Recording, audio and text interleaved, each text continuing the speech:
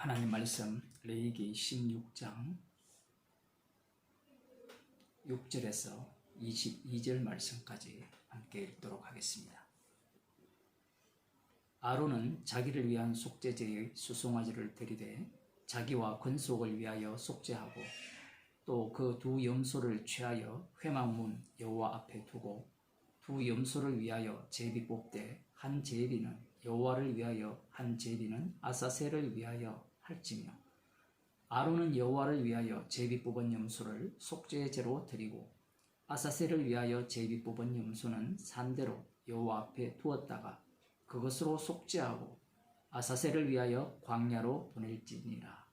아론은 자기를 위한 속죄제의 수송아지를 드리되 자기와 건속을 위하여 속죄하고 자기를 위한 그 속죄제 수송아지를 잡고 향로를 취하여 여호와 앞 단 위에서 피운 불을 그것에 채우고 또 두 손에 곱게 간 향기로운 향을 채워 가지고 장 안에 들어가서 여호와 앞에서 분향하여 향연으로 전극의 위 속죄소를 가리우게 할지니 그리하면 그가 죽음을 면할 것이며 그는 또 수송아지의 피를 취하여 손가락으로 속죄소 동편에 뿌리고 또 손가락으로 그 피를 속죄소 앞에 7번 뿌릴 것이며 또 백성을 위한 속죄제의 염소를 잡아 그 피를 가지고 장 안에 들어가서 그 수송아지의 피로 행함같이 그 피로 행하여 속죄소 위와 속죄소 앞에 뿌릴지니 곧 이스라엘 자손의 부정과 그 범한 모든 죄를 인하여 지성소를 위하여 속죄하고 또 그들의 부정한 중에 있는 회막을 위하여 그같이 할 것이요 그가 지성소에 속죄하러 들어가서 자기와 그 건속과 이스라엘 온 회중을 위하여 속죄하고 나오기까지는 누구든지 회막에 있지 못할 것이며 그는 여호와 앞 단으로 나와서 그것을 위하여 속죄할지니 곧 그 수송아지의 피와 염소의 피를 취하여 단 귀퉁이 뿔들에 바르고 또 손가락으로 그 피를 그 위에 7번 뿌려 이스라엘 자손의 부정에서 단을 성결케 할 것이요 그 지성소와 회막과 단을 위하여 속죄하기를 마친 후에 산 염소를 들이되 아론은 두 손으로 산 염소의 머리에 안수하여 이스라엘 자손의 모든 불의와 그 범한 모든 죄를 고하고 그 죄를 염소의 머리에 두어 미리 정한 사람에게 맡겨 광야로 보낼지니 염소가 그들의 모든 불의를 지고 무인지경에 이르거든 그는 그 염소를 광야에 놓을지니라. 아멘. 나답과 아비후가 죽은 이후에 하나님께서 새롭게 주신 율법입니다. 흔히 대속죄일이라 이렇게 말하죠. 7월 10일 날 드리는 속죄일인데 먼저 아론과 그 건속을 위한 속죄제를 드립니다. 절차는 이 성막들에서 속죄제를 잡고 그 피를 갖고 성막 안으로 들어가서 지성소까지 들어가는데 그 전에 이 단에 있는 그 불을 갖고 그리고 이 향기로운 향을 거기에서 채워서 그 향불을 올리는 겁니다. 그래서 연기가 가득한 향연기가 가득하게 올라오게 해서 그 지성소의 그 그룹들 사이에 있는 속죄소 그곳이 연기로 가득하게 해서 이 대제사장이 그곳을 주목하지 못하게 하여서 이 속죄 제사를 드리는 겁니다. 만일에 이 연기가 없으면 제사장은 그대로 죽임을 당합니다. 그 이후에 다시 제사장은 이스라엘 온 백성의 죄를 위하여 속죄하게 됩니다. 이 대제사장을 위한 속죄 제물은 수송아지고요. 백성들을 위한 속죄 제물은 염소 2마리입니다. 한 마리는 피를 흘려요. 그 피를 갖고 역시 지성소에 들어갑니다. 그 내용이 나오고요. 또 다른 한 마리는 살려서 사람이 없는 무인지경 광야로 놓아 보내는 겁니다. 그 살려서 보내는 염소도 속죄물이고 피 흘리는 제물도 속죄물입니다. 오늘 우리가 이 말씀을 통해서 보고자 하는 부분은 이 살려서 보내는 염소입니다.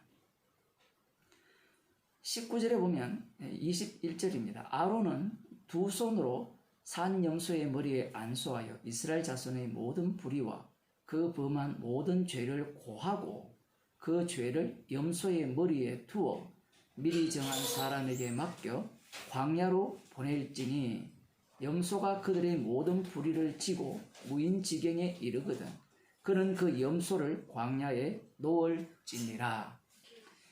이 두 마리의 속죄 염소 중 제비를 뽑아서 한 마리는 여호와를 위하여 다른 한 마리는 이 놓아주는 아사셀을 위한 제비를 뽑아서 이렇게 나눕니다. 한 마리는 죽임을 당하고 피 흘림을 당하고 한 마리는 살아서 놓여지는 속죄 제물이지요. 여기에서 우리가 주목하는 부분은 방금 읽은 이 부분, 살아있는 이 아사셀을 위한 속죄 제물되는 이 수염소, 이 염소의 머리에 안수를 합니다. 아론이 두 손으로 안수하여서 이스라엘 자손의 모든 불의와 그 범한 모든 죄를 고하고 그 죄를 염소의 머리에 둡니다. 그리고 미리 정한 사람에게 이 염소를 맡겨서 광야로 보내요.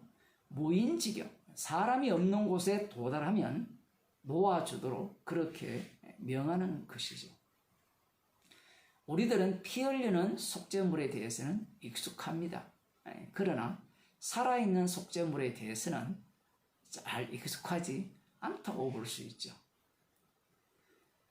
이 두 마리의 수염소가 누구를 위함이냐? 여러 가지 해석이 나와요. 하나는 여호와를 위해 이 제비를 뽑고 다른 한 마리는 아사셀을 위하여 할지며 이렇게 표현을 하니까 이 아사셀이라는 의미를 새롭게 부여하는, 가령 아사셀은 어떤 여호와를 대적하는 어떤 악마적 요소다 이렇게 주장하는 경우도 있고요. 아니면 아사셀을 위하여라고 하니까 또 역시 하나의 어떤 지정된 장소가 아닐까, 낭떠러지가 아닐까 이렇게 또 예측을 하고요. 아사셀이라는 의미 자체가 이 떠나보내는 염소라는 그런 어떤 단어 분석을 하면 그런 의미를 담고 있으니까 그냥 그런 의미로만 보자라는 그런 해석도 있고요. 여러 가지 해석이 있지만 간단합니다. 두 마리 다가 이스라엘 온 회중을 위한 속죄 제물이에요. 그러니 여호와를 위한 이 제비 뽑는 염소나 아사셀을 위해서 제비를 뽑는 것이나 둘 다 여호와를 위함입니다. 그렇게 보시면 돼요. 자, 그런데 이 피 흘려 죽는 속죄물에 대해서는 우리들은 잘 알고 있지만 살아있는 속죄물에 대해서는 과연 어떤 의미로 우리가 해석을 해야 되는가? 간단하게 이야기하면 말씀은 예수님을 증거하고 예수님의 십자가를 증거하기 때문에 이 두 요소 다가 예수님을 증거한다. 그렇게 보면 맞아요. 그게 정답이고요. 이 피 흘리는 속죄물은 십자가에 못 박혀 죽으시는 예수님, 그리고 모든 죄를 짊어지고 홀로 무인지경으로 나가는 분도 예수님. 둘 다 맞습니다. 홀로 그 길을 가져 자기 백성의 죄를 짊어지고, 그런데 한쪽은 죽임을 당하고 한쪽은 살잖아요. 이 두 가지 요소를 예수님이 고스란히 보여준 게 예수님의 공생애와 십자가 사건입니다. 공생애 기간을 이 살아있는 이 아사셀을 위한 속죄물로 보시면 되는 겁니다. 마태복음 1장이나 처음부터 시작해서 예수님의 전체 공생애가 살아있는 속죄물로서 어떻게 속죄물로 보여주시는가, 그걸 증거하고 있는 거예요. 물론 그것의 궁극적 의미는 십자가에 달려 죽으심이라는 것은 당연한 거예요. 그런데 이것이 왜 중요하냐라고 할 때는 그것이 이 세상 전체를 만드신 목적이기 때문에 그래요. 또한 이것이 왜 중요하냐라고 할 때는 이스라엘을 만드신 목적이 무엇입니까? 제사장 나라죠. 제사장 나라는 죽는 것과 살아서 속죄물 되는 내용을 동시에 담고 있어야 돼요. 제가 너무 많이 나갔지만 이스라엘 백성들은 속죄물을 이용해서 구원 얻으려고 하죠. 구원만 얻으면 내 세상이다. 성전에서 제사만 드리면 죄가 용서되고 내가 누리는 모든 것들은 하나님께서 주시는 축복이다. 그렇게 해석을 하는 거예요. 그러나 하나님께서 그들을 만드실 때 제사장 나라로 만들었거든요. 그러면 제사장 나라의 특징은 산채로 속죄물이 되는 거예요. 예수님이 영원한 대제사장으로서 산채로 속죄물이 되셨거든요. 산채로 속죄물 되셨다니까. 십자가에서 속죄물이 되시지 않습니까? 같은 이야기예요. 그래서 우리들이 사복음서를 보면서 예수님이 태어나심부터 속죄물을 전가하는 거예요. 그 모든 요소가. 이것이 왜 중요하냐라고 할 때는 예수님께서 십자가에 달려 죽으시고 주가 되셔서 우리에게 성령을 보내주시면 성도가 어떤 인생을 사느냐라는 겁니다. 십자가의 피로 구원받았으니까 성경은 예수님만 전가하니까 예수님을 이야기하는 겁니다. 예수님을 이야기하는 겁니다. 그 예수님만 믿으면 됩니다. 그렇게 말하는 사람은 상당히 수상한 사람이죠. 살아서 속죄물 될 마음은 없는 겁니다. 아니, 목사님, 우리가 무슨 속죄물이 됩니까?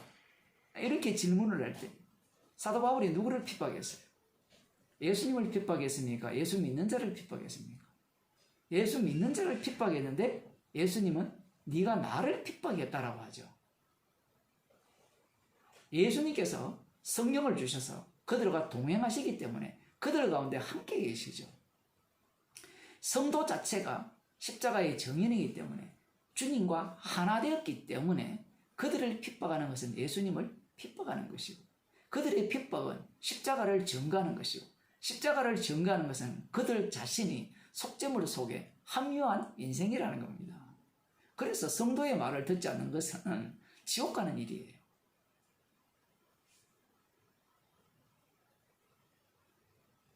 요한복음 15장 19절을 보겠습니다.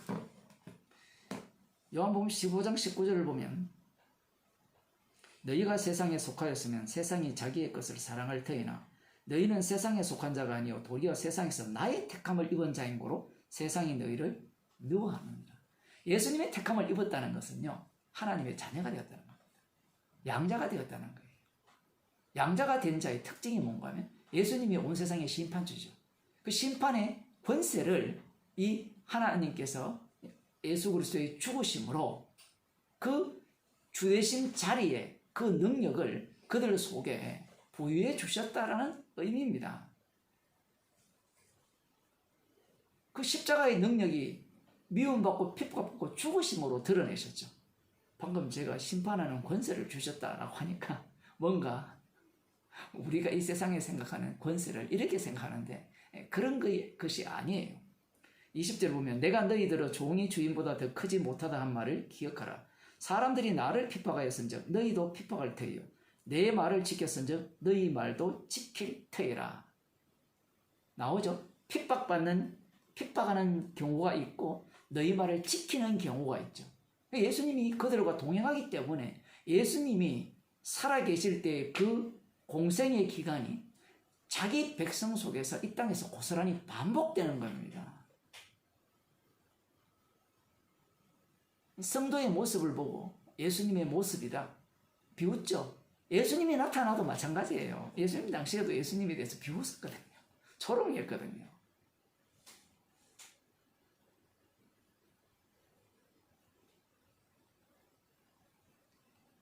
그러나 사람들이 내 이름을 인하여 이 모든 일을 너희에게 하리니 이는 나 보내신 이를 알지 못함이니라. 예수님께서 십자가에 달려 죽으시고 심판주가 되셨으면 자기 백성을 구원해서 천국으로 데리고 가죠. 그것이 얼마나 좋습니까? 그것이 인간들이 생각하는 천국관념이거든요. 예수님이 주가 되셨으면 우리를 이 땅에서 왜 내버려 둡니까? 고생하게. 힘들게 여러 가지 괴로움과 어려운 슬픈 일, 이런 일을 다 당하게 하시는 거예요. 제자들을 왜 세상에 버려둡니까? 예수님의 기도는 세상에서 데려가는 게 목적이 아니에요. 자기 정인 삼기 위한 구원이에요. 그래서 예수님께서 주가 되셔서 자기 제자들, 가룟 유다 빼고 그들에게 성령을 주셔서 이 땅에서 어떠한 인생을 살게 하느냐, 예수님께서 그들과 동행을 해버리거든요. 세상 끝날까지 동행을 하기 때문에 그들은 예수님이 살았던 공생의 기간에 산 속죄물 되는 아사셀 염소처럼 성도들도 똑같은 인생을 산다라는 겁니다. 왜 그러냐? 예수님이 세상에 대해서 어떤 말씀을 하셨는가 하면 이 22절에 보면 내가 와서 저희에게 말하지 아니하였다면 죄가 없으려니와 지금은 그 죄를 핑계할 수 없느니라. 예수님 자체가 그들이 죄인이라는 겁니다. 그러니 어느 누가 예수님에 대해서 호의적인 감정을 갖겠어요? 성도들이, 여러분이 성경을 안 읽어보세요. 바울 서신이나 이 복음 전하는 내용들을 읽어보면 사람을 좋게 하는 말이 하나도 없어요. 왜 없습니까? 어디 있어요? 모든 것이 주를 위한 거거든요. 세상 자체가 예수님이 십자가에 신 예수님이 만드셨고 그를 위하여 만들었다라고 하잖아요. 인간을 위한 것이 하나도 없어요. 그러니 어느 누가 좋아하겠습니까? 예수님이 오심으로 말미암아 너희들은 너 자신을 사랑한다는 거예요. 그러니 세상이 예수님을 미워할 수밖에 없는 겁니다. 성령 받은 제자들이 십자가 피복음을 전하죠. 우리는 십자가 피복음을 반기잖아요.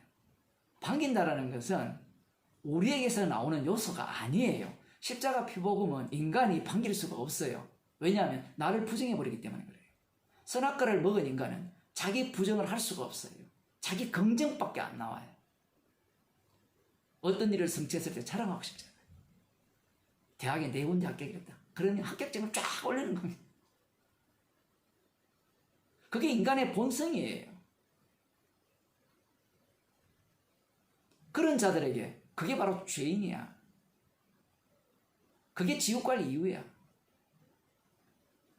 네가 돈을 많이 번 것이, 네가 지금 조그만 성공을 이룬 것이 지옥 백성이라는 증거라는 거예요. 왜 그러냐라고 할 때는 그게 기쁘잖아요. 그것을 성취 못하고 실패하면 슬프거든요. 대출을 연끌을 해서 집을 샀는데 이자가 올랐어요. 그래서 망했어요. 그러면 기뻐해야 되거든요. 내가 세상을 사랑했구나. 돈을 사모했구나. 그런 죄인이구나. 십자가 자랑하라고 주께서 이 상황으로 몰고 가셨구나. 그렇게 해야 되는데 이 나쁜 정치인들 대통령 잘못 뽑았어. 개판 만들고. 원망이란 원망은 지가 죽을 죄인인데 타인을 향해서 쏟아내죠. 물가가 왜 이렇게 오르느냐? 왜 스태그플레이션이 돼가지고 경기는 침체되어 있는데 물가는 오르고 왜 인플레이션이 되고 범사에 감사라는 말씀 자체가 그들에게는 들어가지가 않는 거예요. 세상이 나를 위한 세상이기 때문에 그렇습니다. 아사셀 염소, 이 속죄제물 되는 이 염소를 투입시켜버리면 그들의 본성이 다 드러나죠. 속죄물 되는 염소를 원합니까? 아사셀 염소를 원합니까? 물어보면요. 속죄물 되는 단번에 죽는 그런 염소를 원하죠. 정말 복음 제대로 할 때 확 죽었으면 좋겠다. 그게 우리의 소원이거든요. 그런데 주님은 우리의 뜻과 달라요. 우리의 소망과 다르게 우리를 이 땅에 살게 하면서 우리를 이 육신의 목숨이 끊어질 때까지 예수님이 당하신 그 미움과 핍박을 당하면서 이 땅을 살게 하면서 십자가의 정인을 만드시는 겁니다. 거기에 대해서 감사하는 성도들이 되시기를 바랍니다. 기도하시겠습니다. 하나님 아버지, 주님이 육신을 입고 오셔서 이 땅에서 사람들로부터 살아 계실 때 미움 받으시고 핍박 받으시고 조롱당하신 그 인생을 저희들에게 고스란히 성령을 부어주셔서 살아가게 하심을 감사드립니다. 십자가의 피 은혜로 살아감을 감사하는 주의 백성이 되게 하여 주옵소서. 예수님 이름으로 기도드렸나이다.